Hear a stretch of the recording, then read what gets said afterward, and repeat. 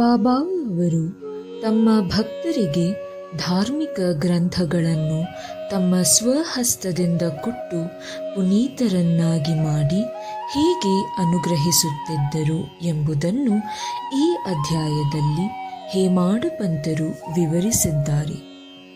ಮಾನವನು ಸಾಗರದಲ್ಲಿ ಸ್ನಾನ ಮಾಡಿದರೆ ಸಮಸ್ತ ಪವಿತ್ರ ಕ್ಷೇತ್ರಗಳಲ್ಲಿಯೂ ಮತ್ತು ಪುಣ್ಯ ನದಿಗಳಲ್ಲಿಯೂ ಮಿಂದ ಪುಣ್ಯ ದೊರಕುತ್ತದೆ. ಅವನು ಸದ್ಗುರುವಿಗೆ ನಮಿಸಿದರೆ ತ್ರಿಮೂರ್ತಿಗಳಿಗೂ ಮತ್ತು ಪರಬ್ರಹ್ಮನಿಗೂ ನಮಸ್ಕರಿಸಿದ ಪುಣ್ಯ ಲಭಿಸುತ್ತದೆ. ಆದುದರಿಂದ ಭಕ್ತರ ಕಲ್ಪತರುವು ವರ ಕಾಮಧೇನವು ಜ್ಞಾನ ಸಾಗರರೂ ಆದ ಶ್ರೀ ಸಾಯಿಬಾಬಾ ಅವರಿಗೆ ಜಯತು. ಓ ಸಾಯಿ, ನಿನ್ನ ಕಥೆಗಳಲ್ಲಿ ನಮಗೆ ಪ್ರೀತಿಯನ್ನು ಹುಟ್ಟಿಸು. ಜಾತಕ ಪಕ್ಷಿಯು ಮಳೆಯ ನೀರನ್ನು ಕುಡಿದು ಸಂತೋಷ ಪಡುವಂತೆ ವಾಚಕರು ಮತ್ತು ಶ್ರವಣ ಮಾಡುವವರು ನಿನ್ನ ಕಥೆಗಳನ್ನು ಸಹ ಅದೇ ತರಹದ ರುಚಿಯಿಂದ ಸ್ವಾದಿಸುವಂತಾಗಲಿ.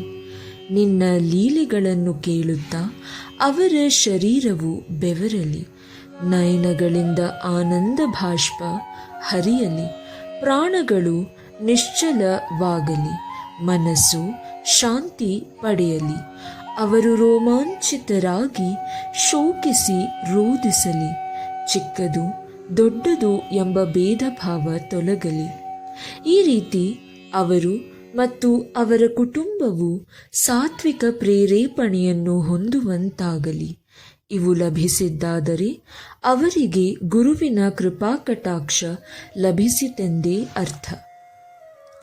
ಈ ತರದ ಅನುಕಂಪವು ನಿಮ್ಮಲ್ಲಿ ಉಂಟಾದಾಗ ಗುರುವು ಮೆಚ್ಚಿ ನಿಮ್ಮ ಗುರಿಯಾದ ಸಾಕ್ಷಾತ್ಕಾರದತ್ತ ನಿಮ್ಮನ್ನು ಒಯ್ಯುವನು.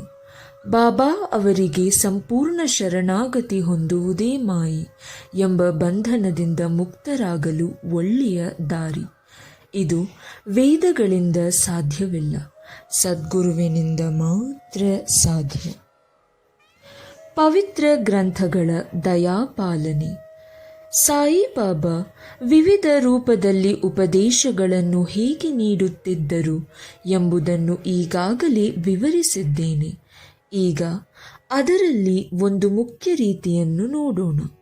ಭಕ್ತರು ತಾವು ಪಠಿಸಲಿಚ್ಛಿಸಿದ ಗ್ರಂಥಗಳನ್ನು ಬಾಬಾರವರ ಕೈಗಿತ್ತು ಅವು ಅವರಿಂದ ಸ್ಪರ್ಶಿಸಲ್ಪಟ್ಟು ಪವಿತ್ರವಾದ ನಂತರ ಅವುಗಳನ್ನು ಓದುವ ವಾಡಿಕೆ ಇತ್ತು. ಆ ಗ್ರಂಥಗಳನ್ನು ಪಠಿಸುವಾಗ ಬಾಬಾ ಸ್ವತಃ ತಮ್ಮೊಡನೆ ಇರುತ್ತಾರೆಂದು ಭಕ್ತರ ಭಾವನೆ. ಒಂದು ಸಾರಿ ಕಾಕಾ ಮಹಾಜನಿ ಅವರು ಏಕನಾಥ ವಿರಚಿತ ಭಾಗವತ ಗ್ರಂಥದೊಡನೆ ಶಿರಡಿಗೆ ಬಂದರು. ಶ್ಯಾಮ ಅವರು ಆ ಗ್ರಂಥವನ್ನು ಓದಲು ಬಯಸಿ ಅದನ್ನು ಎರವಲಾಗಿ ಪಡೆದು ಬಾಬಾ ಅವರಲ್ಲಿಗೆ ತಂದರು. ಆಗ ಬಾಬಾ ಅವರು ಅದನ್ನು ತೆಗೆದುಕೊಂಡು ಸ್ವಲ್ಪ ಪುಟಗಳನ್ನು ತಿರುವಿ ಹಾಕಿ ಇದನ್ನು ನೀನೇ ಇಟ್ಟುಕೋ ಎಂದರು. ಅದಕ್ಕೆ ಶ್ಯಾಮ ಅವರು ಅದು ತಮ್ಮದಲ್ಲವೆಂದು ಕಾಕಾ ಅವರಿಗೆ ಅದನ್ನು ಪುನಃ ಕೊಡಬೇಕೆಂದು ತಿಳಿಸಿದರು. ಆಗ ಬಾಬಾ ಅವರು, ಬೇಡ ಬೇಡ, ನಿನಗೆ ಕೊಟ್ಟಿದ್ದೇನೆ, ಅದನ್ನು ಭದ್ರವಾಗಿ ಕಾಪಾಡು, ನೀನೇ ಇಟ್ಟುಕೋ, ಅದರಿಂದ ನಿನಗೆ ಪ್ರಯೋಜನವಿದೆ ಎಂದರು. ಈ ರೀತಿ ಬಾಬಾ ಅವರು ಶ್ಯಾಮ ಅವರಿಗೆ ಅನೇಕ ಗ್ರಂಥಗಳನ್ನು ದಯಪಾಲಿಸಿದ್ದರು. ಕೆಲವು ದಿನಗಳ ನಂತರ ಕಾಕ ಮಹಾಜನಿ ಅವರು ಏಕನಾಥ ಭಾಗವತದ ಮತ್ತೊಂದು ಪ್ರತಿಯನ್ನು ತಂದು ಬಾಬಾ ಅವರ ಕೈಗಿತ್ತರು. ಆಗ ಬಾಬಾ ಅವರು ಅದನ್ನು ಸ್ಪರ್ಶಿಸಿ ಇದನ್ನು ಕಾಪಾಡು ಎಂದು ಹೇಳಿ ಹಿಂತಿರುಗಿಸಿದರು. ಕಾಕಾ ಅವರು ಅದನ್ನು ಪ್ರಸಾದವಾಗಿ ಸ್ವೀಕರಿಸಿ ನಮಸ್ಕರಿಸಿದರು. ಶ್ಯಾಮ ಅವರಿಗೆ ವಿಷ್ಣು ಸಹಸ್ರನಾಮ. ಶ್ಯಾಮ ಅವರು ಬಾಬಾ ಅವರ ಆಪ್ತ ಭಕ್ತರಾಗಿದ್ದರು. ಆದುದರಿಂದ ಬಾಬಾ ಅವರಿಗೆ ವಿಷ್ಣು ಸಹಸ್ರನಾಮವನ್ನು ಅನುಗ್ರಹಿಸಬೇಕೆಂದು ಮನಸ್ಸು ಮಾಡಿದರು. ಒಂದು ಸಲ ರಾಮದಾಸಿ ಎಂಬುವರು ಸಂತ ರಾಮದಾಸರ ಶಿಷ್ಯರು ಶಿರಡಿಗೆ ಬಂದು ನೆಲೆಸಿದರು. ಪ್ರತಿದಿನ ಮುಂಜಾನೆ ಎದ್ದು ಮುಖ ತೊಳೆದು ಸ್ನಾನ ಸಂಧ್ಯಾ ವಂದನೆಗಳನ್ನು ಮುಗಿಸಿ ವಿಷ್ಣು ಸಹಸ್ರನಾಮವನ್ನು ಮತ್ತು ಆಧ್ಯಾತ್ಮ ರಾಮಾಯಣವನ್ನು ಬಹಳ ಭಕ್ತಿಯಿಂದ ಓದುತ್ತಿದ್ದರು. ಕೆಲವು ದಿನಗಳ ನಂತರ ಬಾಬಾ ಅವರು ಶ್ಯಾಮಾ ಅವರಿಗೆ ವಿಷ್ಣು ಸಹಸ್ರನಾಮವನ್ನು ದಯಪಾಲಿಸಬೇಕೆಂದು ಮನಸ್ಸು ಮಾಡಿ ರಾಮದಾಸಿಯನ್ನು ತಮ್ಮ ಬಳಿಗೆ ಕರೆದು ತಮಗೆ ಬಹಳ ಹೊಟ್ಟೆ ನೋವಾಗಿದೆ ಎಂದು ಸೋನಾಮುಖಿ ತಿನ್ನದಿದ್ದರೆ ಅದು ಕಡಿಮೆಯಾಗಲಾರದೆಂದು ಹೇಳಿ ಅದನ್ನು ತರಲು ಅವರನ್ನು ಪೇಟೆಗೆ ಕಳುಹಿಸಿದರು. ಆಗ ರಾಮದಾಸಿ ಪುಸ್ತಕವನ್ನು ಬದಿಗಿಟ್ಟು ಪೇಟೆಗೆ ಹೋದರು. ಅವರು ಹೋದ ಕೂಡಲೇ ಬಾಬಾ ರಾಮದಾಸಿಯ ಜಾಗಕ್ಕೆ ಹೋಗಿ ವಿಷ್ಣು ಸಹಸ್ರನಾಮ ಪುಸ್ತಕ ತೆಗೆದುಕೊಂಡು ಶ್ಯಾಮಾ ಅವರನ್ನು ಕರೆದು, ಶ್ಯಾಮಾ, ಇದು ಬಹಳ ಬೆಲೆಯುಳ್ಳದ್ದು, ಪವಿತ್ರವಾದದ್ದು ಆಗಿದೆ. ನಾನು ನಿನಗೆ ಇದನ್ನು ಬಹುಮಾನವಾಗಿ ಕೊಡುತ್ತೇನೆ. ಇದನ್ನು ಓದು. ಒಂದು ಸಾರಿ ನನಗೆ ಎದೆನೋವು ಜಾಸ್ತಿಯಾಗಿ ಬದುಕುವ ಭರವಸೆಯೇ ಇರಲಿಲ್ಲ. ಆಗ ಈ ಪುಸ್ತಕವನ್ನು ನನ್ನ ಎದೆಗೆ ಒತ್ತಿಕೊಂಡೆನು. ನನಗೆ ಎಂತಹ ವಿರಾಮ ದೊರಕಿತು ನಿನಗೆ ಗೊತ್ತೇ? ದೇವರೇ ಕೆಳಗಿಳಿದು ಬಂದು ನನ್ನನ್ನು ರಕ್ಷಿಸಿದಂತೆ ಭಾಸವಾಯಿತು. ನೀನು ಇದನ್ನು ನಿಧಾನವಾಗಿ ಶ್ರದ್ಧೆ ಮತ್ತು ಭಕ್ತಿಯಿಂದ ಓದು. ದಿನಕ್ಕೊಂದು ಬಾರಿಯಾದರೂ ವಿಷ್ಣುನಾಮವನ್ನುಚ್ಚರಿಸು, ನಿನಗೆ ಕಲ್ಯಾಣವಾಗುತ್ತದೆ ಎಂದು ಹೇಳಿ ಅವರು ಕೈಗೆ ಪುಸ್ತಕ ಕೊಟ್ಟರು. ಆಗ ಶ್ಯಾಮಾ ಅವರು ಪುಸ್ತಕದ ಮಾಲೀಕರು ರಾಮದಾಸಿ ಎಂದು, ಅವರು ಹುಂಬರು, ತಲೆ ತಿರುಕರೂ ಆದುದರಿಂದ ತಮ್ಮೊಡನೆ ಜಗಳವಾಡುವರೆಂದು, ಜೊತೆಗೆ ತಮಗೆ ಸಂಸ್ಕೃತ ಸರಿಯಾಗಿ ಅರ್ಥವಾಗುವುದಿಲ್ಲವೆಂದೂ ಹೇಳಿ ಪುಸ್ತಕ ತೆಗೆದುಕೊಳ್ಳಲು ನಿರಾಕರಿಸಿದರು. ರಾಮದಾಸಿಯ ಮೇಲೆ ತಮ್ಮನ್ನು ಎತ್ತಿ ಕಟ್ಟಬೇಕೆಂದು ಬಾಬಾ ಇಚ್ಛಿಸಿದ್ದಾರೆಂದು ಶ್ಯಾಮಾ ಭಾವಿಸಿದರು. ಬಾಬಾ ಅವರ ಇಂಗಿತ ಅವರಿಗೆ ಹೇಗೆ ತಿಳಿದೀತು? ಶ್ಯಾಮಾ ಅವರ ಕೊರಳಿಗೆ ವಿಷ್ಣು ಸಹಸ್ರನಾಮವೆಂಬ ಹಾರ ಹಾಕಿ ಅವರನ್ನು ಸಂಸಾರ ಬಂಧನದಿಂದ ಮುಕ್ತರನ್ನಾಗಿ ಮಾಡುವುದೇ ಬಾಬಾ ಅವರ ಆಶಯವಾಗಿತ್ತು. ಪರಮಾತ್ಮನ ನಾಮದ ಮಹಿಮೆ ಎಲ್ಲರಿಗೂ ತಿಳಿದೇ ಇದೆ. ಅದು ನಮ್ಮನ್ನು ಪಾಪಕರ್ಮಗಳಿಂದ ದೂರ ಮಾಡಿ ಜನನ ಮರಣಗಳಿಂದ ನಮ್ಮನ್ನು ಮುಕ್ತ ಮಾಡುತ್ತದೆ. ಇದಕ್ಕಿಂತ ಸುಲಭವಾದ ಸಾಧನ ಬೇರೊಂದಿಲ್ಲ. ಅದಕ್ಕೆ ಯಾವ ವಿಧವಾದ ಸಾಮಾನು ಸರಂಜಾಮುಗಳ ಅವಶ್ಯಕತೆ ಇಲ್ಲ. ಅದಕ್ಕೆ ನಿಬಂಧನೆಗಳಿಲ್ಲ. ಅದು ಅಷ್ಟು ಸುಲಭ ಸಾಧ್ಯವೋ ಅಷ್ಟೇ ಪರಿಣಾಮಕಾರಿ. ಆದುದರಿಂದಲೇ ಬಾಬಾ ಶ್ಯಾಮಾ ಅವರನ್ನು ಅದನ್ನು ತೆಗೆದುಕೊಳ್ಳಲು ಒತ್ತಾಯಪಡಿಸಿದರು. ರಾಮದಾಸಿ ಸೋನಾಮುಖಿಯೊಡನೆ ಹಿಂತಿರುಗಿದರು. ಆ ಸಂದರ್ಭದಲ್ಲಿ ಅಲ್ಲಿಯೇ ಇದ್ದ ಅಣ್ಣ ಚಿಂಚಣೀಕರ ನಾರದರ ಪಾತ್ರ ವಹಿಸಿ ನಡೆದ ಸಮಾಚಾರ ಕೂಡಲೇ ಅವರಿಗೆ ತಿಳಿಸಿದರು. ಇದನ್ನು ಕೇಳಿ ರಾಮದಾಸಿ ಬಹಳ ಕೋಪಗೊಂಡು ಶ್ಯಾಮಾ ಅವರ ಬಳಿಗೆ ಬಂದು ಆ ಪುಸ್ತಕವನ್ನು ಪಡೆಯಲು ಬಾಬಾ ಅವರಿಗೆ ಹೊಟ್ಟೆ ನೋವೆಂದು ಸುಳ್ಳು ಹೇಳಿ ನನ್ನನ್ನು ಸೋನಾಮುಖಿ ತರಲು ಕಳಿಸಲು ನೀವೇ ಕಾರಣರು ಎಂದು ಗದ್ದರಿಸಿದರು. ಶ್ಯಾಮಾ ಅವರನ್ನು ತೆಗಳಲು ಶುರು ಮಾಡಿದರು. ಪುಸ್ತಕವನ್ನು ಮರಳಿ ಕೊಡದಿದ್ದರೆ ನಿಮ್ಮ ತಲೆ ಒಡೆಯುವೆನೆಂದರು. ಆಗ ಶ್ಯಾಮಾ ಶಾಂತ ರೀತಿಯಿಂದ ಅವರೊಡನೆ ಮಾತಾಡಿ ವಿಫಲರಾದರು. ನಂತರ ಬಾಬಾ ರಾಮದಾಸಿಯನ್ನು ಕುರಿತು, ರಾಮದಾಸಿ, ಹೀಗೇಕೆ ವರ್ತಿಸುತ್ತಿ? ಈತಕ್ಕೆ ಕೋಪಗೊಂಡಿರುವೆ? ಶ್ಯಾಮ ನಮ್ಮ ಹುಡುಗನೇ ಅಲ್ಲವೇ? ಅನಾವಶ್ಯಕವಾಗಿ ಅವನನ್ನೇಕೆ ತೆಗಳುವೆ? ಇದೇನು ಈಚೆಗೆ ಬಹಳ ಜಗಳ ಗಂಟನಾಗಿರುವೆ? ನಿನಗೆ ಮೃದು ನುಡಿ ಬಾರವೇ? ಪ್ರತಿನಿತ್ಯವೂ ಪವಿತ್ರ ಗ್ರಂಥಗಳನ್ನು ಪಠಿಸುತ್ತಿ, ಆದರೂ ನಿನ್ನ ಮನಸ್ಸು ಶುಚಿಯಾಗಿಲ್ಲ. ನಿನ್ನ ಕ್ರೋಧಕ್ಕೆ ಯಾವುದೇ ಮಿತಿ ಇದ್ದಂತಿಲ್ಲ. ನೀನೆಂತಹ ರಾಮದಾಸಿಯೋ? ಸಕಲ ವಸ್ತುಗಳಲ್ಲಿಯೂ ವಿರಕ್ತಿಯನ್ನು ತೋರಿಸಬೇಕು. ನಿಜವಾದ ರಾಮದಾಸಿಗೆ ಮಮತೆ ಇರುವುದಿಲ್ಲ. ಕೇವಲ ಒಂದು ಪುಸ್ತಕಕ್ಕಾಗಿ ಶ್ಯಾಮನೊಡನೆ ನೀನು ಜಗಳಾಡುತ್ತಿ. ಹೋಗು, ನಿನ್ನ ಸ್ಥಾನದಲ್ಲಿ ಕುಳಿತುಕೋ. ಹಣದಿಂದ ಎಷ್ಟಾದರೂ ಪುಸ್ತಕ ಕೊಳ್ಳಬಹುದು, ಜನರನ್ನು ಕೊಳ್ಳಲು ಸಾಧ್ಯವೇ? ಸರಿಯಾಗಿ ಯೋಚಿಸಿ ನೋಡು. ವಿವೇಕಶಾಲಿಯಾಗು. ಆ ಪುಸ್ತಕದ ಬೆಲೆ ಏನು? ಶ್ಯಾಮನು ಇದಕ್ಕೆ ಸಂಬಂಧಪಟ್ಟವನಲ್ಲ. ನಾನೇ ಆ ಪುಸ್ತಕವನ್ನು ಅವನಿಗೆ ಕೊಟ್ಟೆನು. ನೀನು ಈಗಾಗಲೇ ವಿಷ್ಣು ಸಹಸ್ರನಾಮವನ್ನು ಬಾಯಿಪಾಠ ಮಾಡಿರುವಿ. ಶ್ಯಾಮನೂ ಸಹ ಅದನ್ನೋದಿ ಲಾಭ ಪಡೆಯಲಿ ಎಂದು ಹೇಳಿದರು. ಎಂತಹ ಮಧುರವಾಣಿ ಬಾಬಾ ಅವರದು! ಇದರ ಪರಿಣಾಮ ಆಶ್ಚರ್ಯಕರವಾಯಿತು. ರಾಮದಾಸಿಯು ಕೂಡಲೇ ಶಾಂತನಾಗಿ ಶ್ಯಾಮ ಅವರನ್ನು ಕರೆದು ವಿಷ್ಣು ಸಹಸ್ರನಾಮಕ್ಕೆ ಬದಲಾಗಿ ಪಂಚರತ್ನ ಗೀತೆಯನ್ನು ಕೊಡಲು ಕೇಳಿದನು. ಅದಕ್ಕೆ ಶ್ಯಾಮ ಒಂದೇ ಏಕೆ 10 ಪ್ರತಿಗಳನ್ನು ಕೊಡುವೆನು ಎಂದರು. ಈ ರೀತಿ ಇಬ್ಬರಿಗೂ ರಾಜಿಯಾಯಿತು. ರಾಮದಾಸಿಯು ಪಂಚರತ್ನ ಗೀತೆಯನ್ನು ಏಕೆ ಕೇಳಿದನು?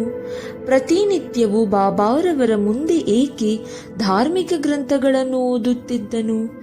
ಶ್ಯಾಮ ಅವರೊಡನೆ ಜಗಳಾಡಿದ ಪ್ರಸಂಗವೇಕೆ ಎಂಬ ಪ್ರಶ್ನೆ ಉದ್ಭವಿಸಬಹುದು. ಹೀಗೆ ನಡೆಯದಿದ್ದರೆ ವಿಷ್ಣು ಸಹಸ್ರನಾಮದ ಮಹತ್ವ ವ್ಯಕ್ತವಾಗುತ್ತಿರಲಿಲ್ಲ. ಈ ರೀತಿ ಬಾಬಾರವರ ಉಪದೇಶದ ವೈಖರಿ ಅದ್ವಿತೀಯವಾಗಿದ್ದಿತು.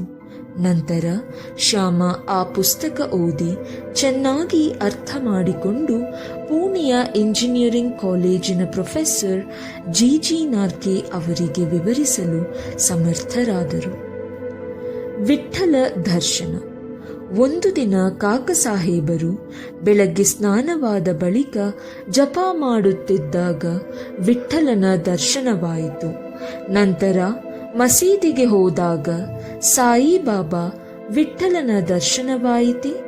ಅವನು ಬಹುತುಂಟ, ಭದ್ರವಾಗಿ ಹಿಡಿದುಕೋ, ಇಲ್ಲದಿದ್ದರೆ ತಪ್ಪಿಸಿಕೊಳ್ಳುವನು ಎಂದರು. ಸರಿಯಾಗಿ ಮಧ್ಯಾಹ್ನದ ಹೊತ್ತಿಗೆ ಒಬ್ಬನು ಪಂಢರಪುರದ ವಿಠ್ಠಲನ 20-25 ಫೋಟೋ ಮಾರಲು ಶಿರಡಿಗೆ ಬಂದನು. ಕಾಕಾ ಕೂಡಲೇ ಆ ಫೋಟೋ ನೋಡಿ ಅವು ತಾವು ಧ್ಯಾನಾಸಕ್ತರಾಗಿದ್ದಾಗ ಕಂಡ ವಿಠ್ಠಲನ ಮೂರ್ತಿಯಂತೆ ಇದ್ದುದನ್ನು ಕಂಡು ಚಕಿತರಾದರು. ಆಗ ಬಾಬಾ ಅವರ ಮಾತುಗಳು ನೆನಪಿಗೆ ಬಂದವು. ಆದುದರಿಂದ ಕೂಡಲೇ ಭಕ್ತಿಯಿಂದ ಒಂದು ಫೋಟೋ ಕೊಂಡು ಪೂಜಾಗೃಹದಲ್ಲಿ ಇಟ್ಟು ಪೂಜಿಸತೊಡಗಿದರು. ಗೀತಾ ರಹಸ್ಯ. ಬಾಬಾ ಬ್ರಹ್ಮವಿದ್ಯೆ ಅಭ್ಯಾಸ ಮಾಡುವವರನ್ನು ಯಾವಾಗಲೂ ಬಹಳ ಪ್ರೀತಿಸುತ್ತಿದ್ದರು. ಒಂದು ಸಾರಿ ಬಾಪೂ ಸಾಹೇಬ ಜೋಗ ಅವರಿಗೆ ಲೋಕಮಾನ್ಯ ತಿಲಕ ಅವರಿಂದ ರಚಿತವಾದ ಗೀತಾ ರಹಸ್ಯ ಎಂಬ ಪುಸ್ತಕವು ಅಂಚೆ ಮೂಲಕ ಬಂದಿತು. ಅವರು ಹಾಗೆಯೇ ಅದನ್ನು ಕಂಕುಳದಲ್ಲಿಟ್ಟುಕೊಂಡು ಬಾಬಾರವರ ದರ್ಶನ ಪಡೆಯಲು ಮಸೀದಿಗೆ ಬಂದರು. ಆಗ ಪುಸ್ತಕವು ಜಾರಿ ಬಾಬಾರವರ ಹತ್ತಿರ ಬಿದ್ದಿತು. ಬಾಬಾ ಅವರು ಅದೇನೆಂದು ಕೇಳಲು ಬಾಪೂ ಸಾಹೇಬ ಕಟ್ಟನ್ನು ಬಿಚ್ಚಿ ಪುಸ್ತಕವನ್ನು ಬಾಬಾ ಅವರ ಕೈಗಿತ್ತರು. ಆಗ ಬಾಬಾ ತಮ್ಮ ಕಿಸೆಯಿಂದ 1 ರೂಪಾಯಿಯನ್ನು ತೆಗೆದು ಆ ಪುಸ್ತಕದ ಮೇಲಿಟ್ಟು ಅದನ್ನು ಅವರಿಗೆ ಕೊಟ್ಟು, ಇದನ್ನು ಪೂರ್ತಿಯಾಗಿ ಓದು, ನಿನಗೆ ಒಳ್ಳೆಯದಾಗುತ್ತದೆ ಎಂದರು. ಕಾಪರ್ಡೆ ದಂಪತಿಗಳು. ಕಾಪರ್ಡೆಯವರ ವಿಚಾರವನ್ನು ಸ್ವಲ್ಪ ಹೇಳಿ ಈ ಅಧ್ಯಾಯವನ್ನು ಮುಗಿಸೋಣ. ಒಂದು ಸಾರಿ ದಾದಾ ಸಾಹೇಬ ಕಾಪರ್ಡೆಯವರು ಕುಟುಂಬ ಸಮೇತ ಶಿರಡಿಗೆ ಬಂದು ಕೆಲವು ಕಾಲ ಅಲ್ಲಿ ವಾಸಿಸಿದ್ದರು. ದಾದಾ ಸಾಹೇಬರು ಸಾಮಾನ್ಯರಲ್ಲ. ಅವರು ದಿಲ್ಲಿ ರಾಜ್ಯ ಪರಿಷತ್ತಿನ ಸದಸ್ಯರು, ಅಮರಾವತಿಯ ಪ್ರಸಿದ್ಧ ವಕೀಲರು, ಸುಪ್ರಸಿದ್ಧ ಭಾಷಣಕಾರರೂ ಸಹ ಆಗಿದ್ದರು. ಆದರೆ ಬಾಬಾರವರ ಎದುರಿಗೆ ಮಾತನಾಡಲು ಅವರಿಗೆ ಧೈರ್ಯವಿರಲಿಲ್ಲ. ಅನೇಕರು ಬಾಬಾ ಅವರೊಡನೆ ವಾದಿಸುತ್ತಿದ್ದರು. ಆದರೆ ಕಾಪರ್ಡೆ, ನೂಲಕರ, ಬೂಟಿ ಇವರು ಮಾತ್ರ ಮೌನದಿಂದ ಇರುತ್ತಿದ್ದರು. ಅವರು ಸೌಮ್ಯವಾಗಿಯೂ ವಿನಯ ಸಂಪನ್ನರಾಗಿಯೂ ಇದ್ದರು. ಪಂಚದಶಿ ವಿದ್ಯಾರಣ್ಯದಿಂದ ರಚಿತವಾದ ವೇದಾಂತದ ತಿರುಳು ಯನ್ನು ಸ್ಪಷ್ಟವಾಗಿ ವಿವರಿಸಬಲ್ಲವರಾದ ದಾದಾ ಸಾಹೇಬ ಬಾಬಾರವರು ಎದುರು ಒಂದು ಮಾತು ಸಹ ಆಡುತ್ತಿರಲಿಲ್ಲ. ಮಾನವನು ಎಷ್ಟೇ ವಿದ್ವಾಂಸನಾಗಿದ್ದರೂ ಬ್ರಹ್ಮಜ್ಞಾನ ಪಡೆದವನ ಸರಿಸಮಾನ ನಿಲ್ಲಲಾರನು. ಪಾಂಡಿತ್ಯವು ಬ್ರಹ್ಮಜ್ಞಾನದ ಎದುರು ಪ್ರಕಾಶಿಸಲಾರದು. ದಾದಾ ಸಾಹೇಬ 4 ತಿಂಗಳು, ಶ್ರೀಮತಿ ಕಾಪರ್ಡೆ 7 ತಿಂಗಳು ಶಿರಡಿಯಲ್ಲಿ ತಂಗಿದ್ದರು. ಶ್ರೀಮತಿ ಕಾಪರ್ಡೆಯವರು ನಿಶ್ಚಲವಾದ ಭಕ್ತಿಯುತರಾಗಿದ್ದು ಬಾಬಾ ಅವರನ್ನು ಅತಿಶಯವಾಗಿ ಪ್ರೀತಿಸುತ್ತಿದ್ದರು. ಪ್ರತಿನಿತ್ಯ ತಾವೇ ಸ್ವತಃ ಬಾಬಾ ಅವರಿಗೆ ನೈವೇದ್ಯ ತಂದು ಅರ್ಪಿಸಿ ಅವರು ಊಟ ಮಾಡಿದ ನಂತರವೇ ತಾವು ಊಟ ಮಾಡುತ್ತಿದ್ದರು. ಇವರ ನಿಶ್ಚಲವಾದ ಭಕ್ತಿಯನ್ನು ಕಂಡ ಬಾಬಾ ಇದನ್ನು ಇತರರಿಗೂ ತೋರಿಸಬೇಕೆಂದು ಮನಸ್ಸು ಮಾಡಿದರು. ಒಂದು ದಿನ ಶ್ರೀಮತಿಯವರು ಪೂರಿ, ಪಲ್ಯ, ಅನ್ನ, ಸಾರು ಮುಂತಾದವುಗಳನ್ನು ಮಸೀದಿಗೆ ತಂದರು. ಬಾಬಾ ಬಹಳ ಹೊತ್ತು ಕಾಯುತ್ತಿದ್ದು ಇವರು ಬಂದ ಕೂಡಲೇ ಊಟ ಮಾಡಲು ಕುಳಿತು ಅವರು ತಂದ ಪದಾರ್ಥ ತಿನ್ನಲು ಆರಂಭಿಸಿದರು. ಆಗ ಶ್ಯಾಮ, ದೇವ, ಈ ಭೇದವೇಕೆ?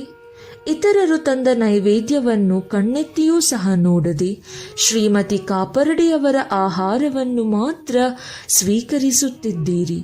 ಇದು ನ್ಯಾಯವೇ ಹೇಳಿ ಎಂದು ಕೇಳಿದರು. ಆಗ ಬಾಬಾ, ಇದು ನಿಜವಾಗಿಯೂ ವಿಶೇಷವಾದ ಅಡಿಗೆ. ಈ ಮಹಿಳೆಯು ಮೊದಲು ಒಬ್ಬ ವರ್ತಕನ ಹಸುವಾಗಿ ಬಹಳ ಕಾಲ ಹಾಲು ಕೊಡುತ್ತಿದ್ದಳು. ನಂತರ ತೋಟಗಾರನ ವಂಶದಲ್ಲಿಯೂ ಕ್ಷತ್ರಿಯ ಕುಲದಲ್ಲಿಯೂ ಹುಟ್ಟಿ ವರ್ತಕನನ್ನು ಮದುವೆಯಾದಳು. ನಂತರ ಬ್ರಾಹ್ಮಣ ಕುಲದಲ್ಲಿ ಹುಟ್ಟಿದಳು. ಇವಳನ್ನು ಬಹಳ ಕಾಲದ ನಂತರ ನೋಡುತ್ತಿದ್ದೇನೆ. ಆದುದರಿಂದ ಅವಳ ಪ್ರೀತಿಯ 2 ತುತ್ತುಗಳನ್ನು ಸ್ವೀಕರಿಸುತ್ತಿದ್ದೇನೆ ಎಂಬುದಾಗಿ ವಿವರಿಸಿದರು. ಹೀಗೆ ಹೇಳಿ ಊಟ ಮುಗಿಸಿ ತೃಪ್ತಿಯಿಂದ ಆಸನದಲ್ಲಿ ಬಂದು ಕುಳಿತರು. ಆಮೇಲೆ ಶ್ರೀಮತಿ ಕಾಪರ್ಡೆ ಬಾಬಾ ಅವರ ಪಾದ ಸಂವಾದನ ಮಾಡುತ್ತಾ ಕುಳಿತರು. ಇದನ್ನು ನೋಡಿ ಶ್ಯಾಮ, ಸೇವೆ ಚೆನ್ನಾಗಿ ನಡೆಯುತ್ತಿದೆ. ದೇವರು ಮತ್ತು ಭಕ್ತರು ಒಬ್ಬರಿಗೊಬ್ಬರು ಅನ್ಯೋನ್ಯವಾಗಿ ಸೇವೆ ಮಾಡುತ್ತಿರುವ ಈ ದೃಶ್ಯವೇ ರಮ್ಯ, ಅದ್ಭುತವಾದುದು ಎಂದರು. ಅವರ ನಿಸ್ಪೃಹ ಸೇವೆಯನ್ನು ಸ್ವೀಕರಿಸಿದ ಬಾಬಾ ತಾಯಿಯವರನ್ನು ಕುರಿತು ಮೃದುವಾಗಿ ರಾಜಾರಾಮ ರಾಜಾರಾಮ ಎಂದು ನುಡಿದರೆ ಸಾಕು, ನಿಮ್ಮ ಕಷ್ಟಗಳೆಲ್ಲವೂ ದೂರವಾಗುತ್ತವೆ ಎಂದು ಹೇಳಿದರು. ಧಾರ್ಮಿಕ ವಿಚಾರಗಳ ಅನುಭವ ಇಲ್ಲದವರಿಗೆ ಇದು ಸಾಮಾನ್ಯವಾಗಿ ಕಾಣಬಹುದು, ಆದರೆ ನಿಜವಾಗಿಯೂ ಹಾಗಲ್ಲ. ಇದೇ ಅಮೂಲ್ಯವಾದ ಶಕ್ತಿಪಾತ, ಅಂದರೆ ಗುರುವು ಶಿಷ್ಯನಿಗೆ ತನ್ನ ಶಕ್ತಿಯನ್ನು ವರ್ಗಾಯಿಸುವುದು. ಬಾಬಾರವರ ವಾಕ್ಯಗಳು ಎಂತಹ ಪರಿಣಾಮಕಾರಿ! ಒಂದೇ ಕ್ಷಣದಲ್ಲಿ ಅವು ಕಾಪರ್ಡೆ ತಾಯಿಯ ಹೃದಯದಲ್ಲಿ ನೆಲೆಸಿದವು. ಈ ಕಥೆ ಗುರುವಿಗೂ ಶಿಷ್ಯನಿಗೂ ಇರಬೇಕಾದ ಸಂಬಂಧ ವಿವರಿಸುತ್ತದೆ. ಶ್ರೀ ಸಾಯಿ ಪ್ರಣಾಮ.